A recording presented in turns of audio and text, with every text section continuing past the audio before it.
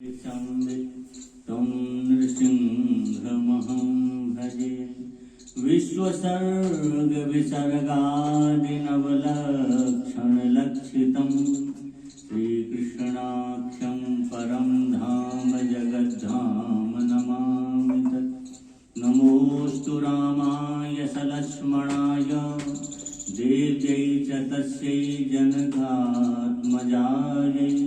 नमोऽस्तु रुद्रेन्द्रियमानिलेभ्यो नमोऽस्तु चन्द्रार्कमरुद्गणेभ्यः। मनोजवं मारुततुल्यवेगं जितेन्द्रियं बुद्धिमतां वरिष्ठं वातात्मजं वानरयूथमुख्यं श्रीरामदूतं शरणं प्रपद्ये। ध्येयं सदा परिभवग्नमभीष्टदोहं तीर्थास्पदं शिवविरिञ्चनुतं शरण्यं। वृत्यार्तिहं प्रणतपालभवाब्धिपोतं वन्दे महापुरुषते चरणारविन्दम्। सीतानाथसमारम्भां श्रीरामानन्दार्यमध्यमाम् अस्मदाचार्यपर्यन्तां वन्दे गुरुपरम्पराम्। भक्त भक्ति भगवंत गुरु चतुरनाम बपुए इनके पद वंदन किए नासहि विघ्न अनेक। श्री सीताराम जी महाराज की जय। श्री राम राजा सरकार की जय। श्री हनुमान जी महाराज की जय। श्री नर्मदेश्वर भगवान की जय। श्री शनिदेव महाराज की जय। संत भगवान की जय। सब संतन की जय। सब भक्तन की जय। सब विप्रन की जय। पूज्य श्री कुटी सरकार की जय। श्री महाराज जी की जय। सब भक्तन की जय। जय श्री सीताराम। हरिशरणम। परम मंगलमय परात्पर पर ब्रह्म परमेश्वर भक्त वत्सल शरणागत वत्सल दीन बंधु दया सिंधु श्री रघुनाथ जी की अहेतु की कृपा करुणा से आज हम अपने आप को बहुत सौभाग्यशाली और कहाँ तक अपने हम हृदय की बात कहें, मन इतना गदगद है, प्रफुल्लित है। इसके मूल में हम व्यास जी रोहित जी को खूब धन्यवाद देंगे कि आपने हनुमान जी महाराज कुटी सरकार का दर्शन महाराज जी से मिलवाया। अभी हम बिनौरा में मई में कथा किए थे। बिनौरा धाम हनुमान जी का जो स्थल है और वहाँ से कुछ हमारी आत्मीयता जुड़ी है, वहाँ भी जोड़ने वाली यही है हमको। महाराज जी अपनी एक बात हम कह दें फिर कुछ चर्चा सुना देते हैं। बीच में शायद 4-5 साल हो गए हमको तकलीफ हो गई थी गर्दन की। हाँ, बहुत अधिक दर्द था, उससे हाथ शून्य हो गया था हमारा। इतनी पीड़ा होती थी कि 3 इंजेक्शन रोज लगते थे तो हम मुश्किल से 1 घंटे सो पाते थे। ऐसी हालत, हाथ को ऐसे रखते थे, भोजन नहीं कर सकते थे, हाथ से दूसरे लोग भोजन कराते थे। 1 महीने दिल्ली में एडमिट रहेगा। आखिर में उन्होंने कहा ऑपरेशन होगा आपको, और ऑपरेशन बड़ा, उसमें कोई गारंटी नहीं है कि क्या होगा। फिर महाराज जी ने, हमारे गुरुदेव ने हमको जयपुर भेजा। एक रुंगटा जी हैं भक्त अपने, उनका खुद का हॉस्पिटल है, तो उनके यहाँ 15 दिन रहे। डॉक्टरों ने वहां भी आखिर में कहा ऑपरेशन ही इलाज है, दूसरा कुछ नहीं। एकाएक इनसे बात हो गई हमारी टेलीफोन से, तो इन्होंने कहा महाराज जी आप बीमार हैं इस समय। हमने कहा बीमार तो क्या, बस ऐसे ही चल रहा है, बड़ी समस्या है कुछ। तो इन्होंने कहा कि हमारी माता जी को भी कमर में तकलीफ थी, ऐसी हड्डी की समस्या, तो वहाँ कोई है वो दवा देते हैं गाय के दूध में, और दबाते भी हैं, उससे ठीक हो जाता। हम तो परेशान थे, हमने कहा हम अभी आ जाते हैं। पूरे बुधवार रविवार को दवा पिलाई जाती है। हम बहुत परेशान थे, गाड़ी में भी यात्रा नहीं कर सकते। मैं ट्रेन का टिकट कराया, स्टेशन ये लेने आए हमको, पिताजी के साथ दोनों लोग, और हमको महाराज जी लेकर के गए वहाँ पहली बार। भगवान की कृपा ऐसी, जो हम दर्द से बहुत परेशान थे, एक बार पहली बार दवा दी हमने और दवाया उन्होंने कुछ 80% हमको लाभ पहली बार। हमने उसी समय हनुमान जी से कहा हम स्वस्थ हो जाएं तो आपको हम वाल्मीकि रामायण का खुद पाठ करके सुनाएंगे। अब तो लगभग 8-9 घंटे रोज लगते, लेकिन हम स्वस्थ हो जाएं तो हम करेंगे। 2 बार हमने दबा ली, भगवान की कृपा ऐसी हुई, पट्टा वट्टा बना था, सब हट गया, और कहाँ दर्द गया उसके बाद से पता ही नहीं चला हमें। हम ठीक हो गए। गुरुदेव ने कहा तुम वहाँ कुछ बोल के आए? उनके बोल के आए कि हनुमान जी आपको हम वाल्मीकि रामायण सुनाएंगे। महाराज जी बोले देवताओं का उधार ही नहीं रखना चाहिए, जल्दी जाओ, पहले वहाँ करके आओ। तो फिर हम गाड़ी लेके आए, सब सामग्री अपनी खाने बनाने की लाए, वहाँ एक कमरा मिल गया और वहाँ 9 दिन रह करके महाराज जी खुद अनुष्ठान किया। लगभग 9 घंटे हम खुद पाठ करते थे नित्य प्रति, और फिर 1 घंटे रोज हनुमान चालीसा पर कथा की। गाँव वालों ने कहा कि आप हैं तो आप कुछ कर दीजिए, तो 9 दिन वहाँ रहे, स्वस्थ हो गए। तो अभी वहाँ एक मंदिर बना था राम जी का, पुख नक्षत्र में मंदिर बना है, तो उसकी प्रतिष्ठा हुई। तो उन्होंने कहा कि आप आए थे तो कथा कर दीजिए, राम कथा। तो हमने वहाँ 9 दिन राम कथा गाई थी। उस समय मौरानीपुर के कोई सज्जन एक थे पुजारी जी करके, उन्होंने आपकी चर्चा हमसे की थी। पहले उन्होंने भी कहा हम बात करा देते हैं, हमने कहा बात करा दीजिएगा। फिर उन्होंने चर्चा की आपकी, तब से मन था आपसे मिलने का हमारा।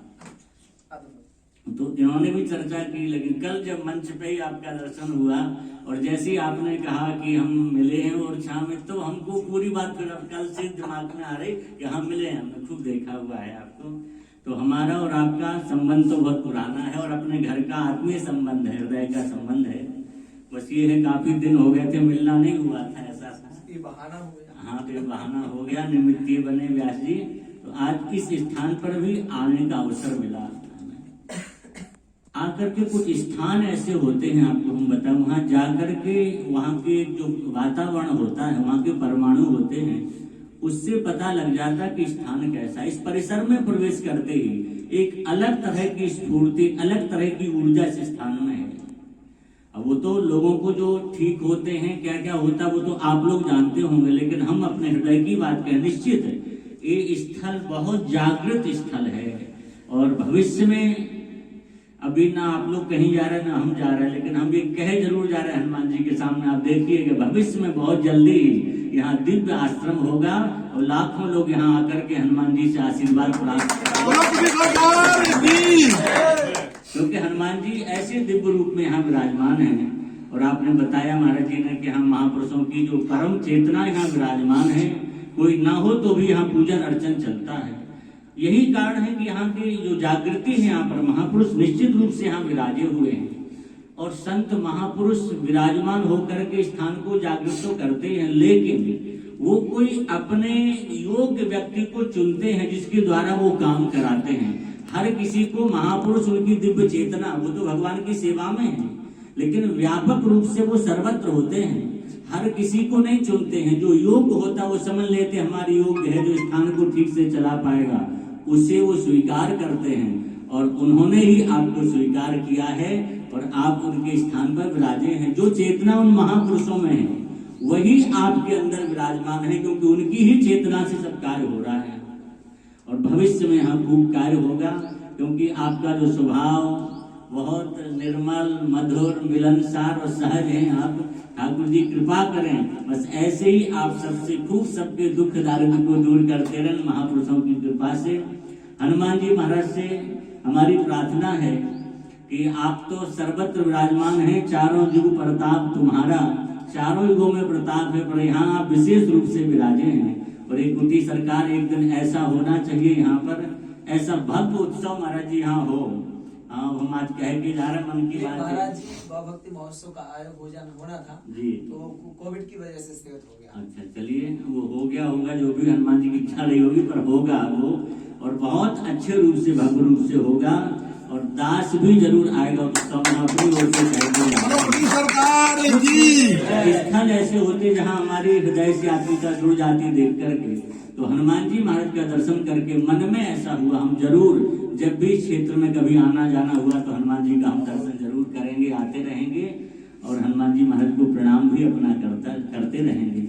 आप सभी क्षेत्रवासियों से भी हमारी प्रार्थना है, देखो श्रद्धा जितनी अधिक होगी उतना अधिक लाभ आपको मिलेगा। कई बार श्रद्धा के अभाव में व्यक्ति लाभ से वंचित रह जाता है, और श्रद्धा अगर परिपक्व है आपकी जिस जगह, जहां आपकी पूर्ण श्रद्धा हो जाएगी वहीं से आपको लाभ मिलना आरंभ हो जाएगा। और जहां श्रद्धा नहीं है तो आप कुछ भी कर लो, उतना लाभ आपको नहीं मिलेगा। तो श्रद्धा अगर रखेंगे तो लाभ तो यहाँ मिलना ही है, और अधिक आप लोगों को लाभ मिलेगा। श्रद्धा ऐसी हो कि जो स्थान में विराजमान होते हैं वो व्यक्ति उन्हीं के स्वरूप माने जाते हैं। हमारे यहाँ आश्रम प्रधान कहा जाता है, महाराज जी जो गद्दी पर विराजमान होता है ना, उनको ठाकुर जी का स्वरूप ही माना जाता है। उस भाव से अगर हम मानेंगे तो आप आएंगे तो आपको जो चाहेंगे वो यहाँ से प्राप्त हो जाएगा। श्रद्धा का अभाव होगा तो फिर खाली आपको जाना पड़ेगा। श्रद्धा जहाँ होती वहाँ किसी चीज की कमी आती है। जब महाराज जी कई बार भागवत का हम स्मरण करते हैं तो एक प्रसंग हमको आता है, जब वो हम कहते हैं हृदय भर आता हमारा कि पांडवों की तो श्रद्धा ब्राह्मणों के प्रति रही ही है, लेकिन पांडवों में सर्वाधिक श्रद्धा अगर संत के प्रति ब्राह्मण के प्रति रही किसी की तो वो है द्रौपदी। कैसी अद्भुत श्रद्धा, जरा विचार करें आप। जिस अश्वत्थामा ने 5-5 पुत्रों को मार दिया, और जब अर्जुन उस अश्वत्थामा को रथ के पीछे बांध करके घसीट के लेकर के आए, सभा में सब मौन बैठे, कोई कुछ नहीं बोला। द्रौपदी को पता है मेरे 5 पुत्रों का हत्यारा आ रहा है, लेकिन उस सभा में सबकी ओर देखा, सब मौन थे। द्रौपदी उठ करके खड़ी हो गई, चीखने लगी, चिल्ला करके कहा मुच्यताम मुच्यताम एसो ब्राह्मणो नितराम गुरु। अरे अर्जुन इसे छोड़ दो, छोड़ दो। क्यों? बोले ये आपके गुरु जी हैं। अब आप जरा विचार करो, 5-5 पुत्रों के हत्यारे में ब्राह्मण का दर्शन हो रहा, गुरु का दर्शन हो रहा, इससे बड़ी श्रद्धा और क्या होगी। जब अर्जुन ने नहीं छोड़ा तो वहां लिखा है द्रौपदी ने कई दलीलें दी वहां पर। द्रौपदी कहती अर्जुन तुम भूल गए कौन है? ये तुम्हारे गुरुजी के पुत्र हैं, जिन गुरुजी ने जो विद्या अपने पुत्र को नहीं सिखाई वो तुम्हें सिखा दी, और तुम अपने गुरु पुत्र को मारना चाहते हो। फिर भी अर्जुन ने जब नहीं छोड़ा तो तीसरी बार द्रौपदी ने कहा अर्जुन ये कौन है?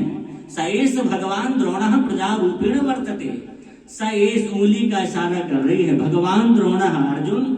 ऐसा कहा जाता है पिता की आत्मा पुत्र के रूप में आती है, गुरु की आत्मा शिष्य के रूप में प्रकट होती है। तो ये अश्वत्थामा नहीं है, सएस भगवान द्रोणः, ये साक्षात द्रोणाचार्य है। अगर आप इनको मारेंगे तो गुरु हत्या का पाप लगेगा। जब ये बात कही है तो उस समय भगवान प्रसन्न हो गए। द्रौपदी तुम्हारी श्रद्धा ऐसी, 5-5 पुत्रों के हत्यारे में तुम्हें गुरु का दर्शन हो रहा है, अब तुम्हारा साथ हम कभी नहीं छोड़ सकते, तुम्हारा कभी कुछ बिगाड़ नहीं सकता है कोई। तो श्रद्धा जहां होगी वहां पूर्ण लाभ मिलता है।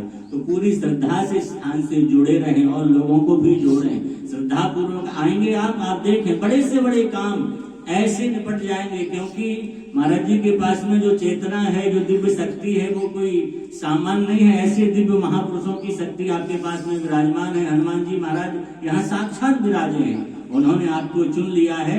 तो महाराज यहाँ तो लोगों के दुख दर्द जो कष्ट होगा चुटकी में हनुमान जी महाराज दूर करेंगे, इसमें कोई संदेह नहीं है। बस हनुमान जी का दर्शन करते रहिए, लोगों को प्रेरित भी करिए, और हनुमान जी महाराज कृपा करेंगे।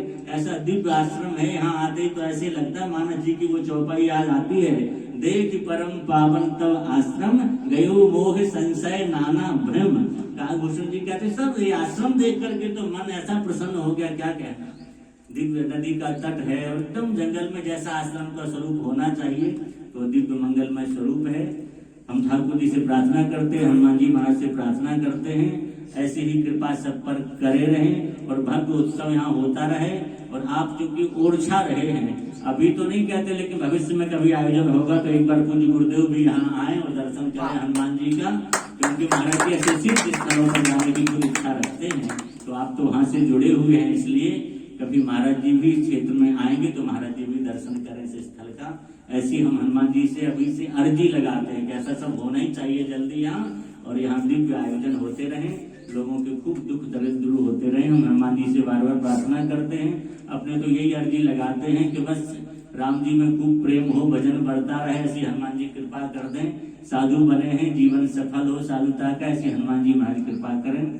अब इनको व्यास जी की कथा भी चल रही है, इनके आग्रह से हम आ गए। हम कार्तिक में धाम छोड़ के महाराज जी आने का बिल्कुल मन नहीं था, लेकिन ने पिछले साल भी कहा, और ये बचपन में ही हमारे पास रहे हैं, तो स्नेह प्रेम तो रहता ही हो, इनका अधिकार जैसा होता, कहते नहीं महाराज जी आपको तो आना पड़ेगा। उनके आना पड़ेगा तो आएंगे भाई, जरूर आएंगे। तो सहज में आना हुआ, और आए तो ये लाभ हमें मिल गया हनुमान जी के दर्शन का। तो ऐसा कुछ नहीं लगा कि धाम छोड़ दिया, धाम से धाम में आ गए हैं। तो भगवान की कृपा, उनकी कथा का भी समय है, इसलिए इतने कहते हनुमान जी को प्रणाम करते हैं। दिव्य महापुरुषों की चेतना को सादर वंदन करते हैं, महाराज जी को वंदन करते हैं। आप सभी को सादर जय सिया राम। श्री हनुमान जी महाराज की जय, श्री कुटी सरकार की जय, जय जय श्री सीता।